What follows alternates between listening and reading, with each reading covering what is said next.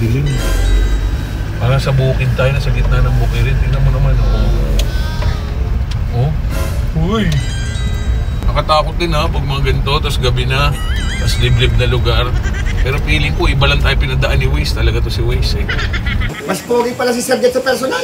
Sir, ako yung binubola, mukhang dapat siya yung bulahin ko. Parang gusto na sir, baka mangyari swap kami. So, pinainom muna tayo nila sir. Yan, lasingin ko to para mura ibigay. So sir, no? Ayun ang unang asking niya. Sabi ko, hindi pa pasok sa akin since alam naman din nila sir, kwentay ko maigi, baka magkamali ako.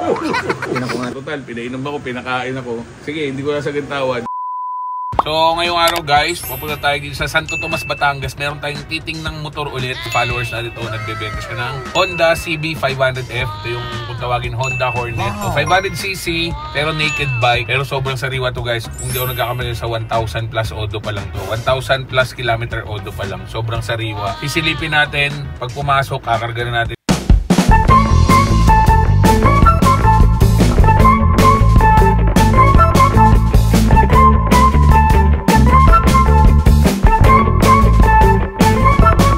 Tayo ngayon, Santo Tomas, Batangas. Ganda ng village dito. Wow! Napakalamig. 2023 Honda CB500F. Ito yung naked version. So, parang same engine sa mga CB500X. So, ang brand new price is 380,000. Dito siya binili sa Elite Motorbike. April 19, 2024 binili. So, wala pang 1 year. Pero, 2023 model siya sa papers. Pero, acquired sa 2024. 1,542 kilometers. So, halos all stock. So, inalok sa akin ito ni Sir ng 300,000. Pero, tinawaran ko siya dito. Siyempre, kailangan natin profit margin. Kailangan natin kumita rin pag binenta natin ito. Tawag ko sa kanya 250 at nag-close din naman. So, yun. So, bebenta natin to siguro mga 300. Siguro gano'n. Siyempre, alam naman nila Sir, negosyo natin. Kailangan din natin kumita.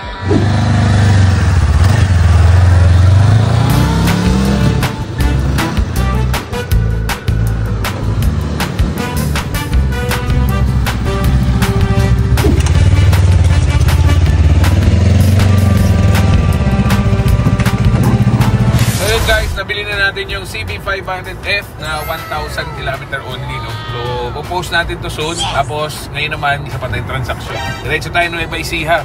Let's go. Followers natin, nakita tayo sa Skyway, nakakaway pa eh. Yan o. Wow naman. Shout out sa ating mga followers na nakikilala tayo kahit sa Skyway, no? Let's go. Wow. Tambo sa likod ng bumper. Sports car. Gusto ko ng sports car, yung red. Wow naman. No? Kupal ka ba? So dito tayo ngayon guys sa Nueva Ecija. Second transaction of the day. So alas 8 na ng gabi. Ang dilim. Parang sa bukid tayo, nasa gitna ng bukirin. Tingnan mo naman. Oh. Uy. Hindi naman ako natatakot. Kinakabahan lang pag ganito dilim eh. Tapos siyempre, nakatakot din ha pag mga ganito. Tapos gabi na. Tapos liblib na lugar. Pero feeling ko, iba lang tayo pinadaan ni Waze. Talaga to si Waze eh. Pero malapit na tayo. Dito tayo guys. Laki pa rin bahay. Mayor yata to dito. Napakalaking bahay. Oh, may ano pala doon. May tambike pala. Ay, good evening po sir. Good evening po. Gabi po. Sir Wilson, siya may-ari ng motor na bibili natin. Sobrang bait na ito. Kaya natawad pa ako. Do. Mas pogi pala si Sir Jet sa personal. Marami nagsasabi nun sir ha. Ganon talaga yun. Ang arte mo, boss. Sir, ako yung binubola. Mukhang dapat siya yung bulahin ko. Ako yung bibili. 2023 BMW R1250 na GS Triple Black. Doon na siya ng February 17, 2025. Tapos ang remaining distance niya is 4,361. Odo niya is 1,842. May crash guard na, upper and lower. Tapos may ilaw na rin. Wow. Tapos may headlight cover. So yung bago nito, meron na siyang yan. Pag inon mo to, yan o, gumagalaw na yan. Yan. Sa mga 22 model and up, so adaptive headlight na siya. Tapos yung tail light na ito, nasa signal light na. Tapos pag nag-brake ka, lumalakas to. So ito yung park light niya na. Tapos signal light, parang integrated na tail light. So para lahat naman okay naman. Stock na nga lang yung exhaust. Ito, pagka medyo luma na, itong steering damper na to, maalog na to. Maingay na, tak-tak-tak gano'n na. Pero ito, sariwa naman. 1, 2, 3, pak. Yun. So, kakain muna kami dito. Para kami nasa resort talaga, oh. Pero bahay lang nila, boss to. Magkapatid sila, sir. So, pinainom muna tayo nila, sir. Yan, lasingin ko to para mura ibigay. Kailangan maunang malasing si sir, hindi ako. Kasi pag ako naunang nalasing, mapapabili tayo ng mahal. Pag siya unang nalasing, mura natin mabibili. Mapapamura si sir. Ito yung motor na kinuha natin kanina sa Santo Tomas, Batangas. Parang gusto ni sir. Baka mangyari swap kami. May manual, booklet, main key, spare key, PMS. Resibo from brand new. ORCR. So 2023 siya binili, July 2023. Ang rehistro niya hanggang July 2026. So yung Honda, sir, dalawang susi, pareho-kurig, manual booklet, sa katuta.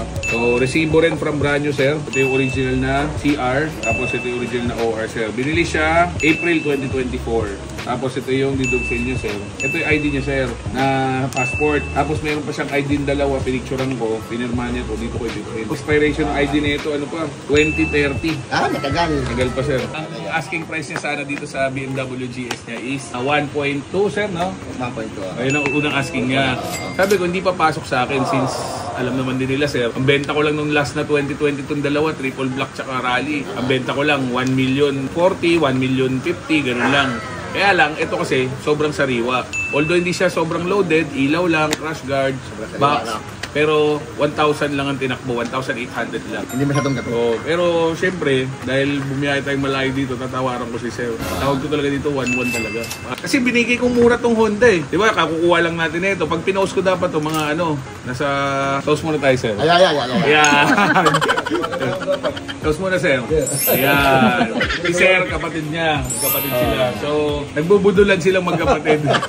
Parehong big bike rider yan, ha. Binigay ko sa kanya ng mura, 300,000 lang yung CB500S na 1,500 odo lang. So yung kay sir, kung may gagasin man ako dyan, kung sakali lang, siguro yung mga minor na sa handguard na pintura, basic lang naman. Tapos battery kung sakaling abutin, kasi siyempre pag inabot talaga siya, kailangan palitan. Kasi nakakahiya naman sa kabili na ano. Pag 2 years kasi, this coming July, 2 years na siya. So 1 year and a half yung edad ng motor ni sir.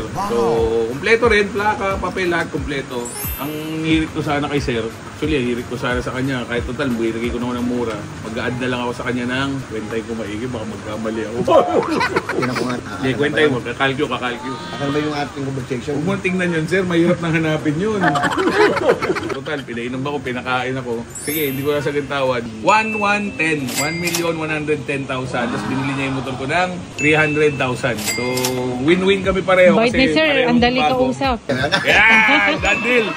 Umirit pa si sir, dadagdag ako pa sana eh.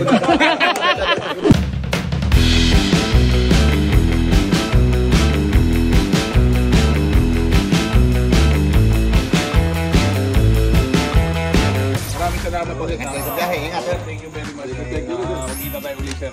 Thank you po. Sir, thank you ulit. Salamat po.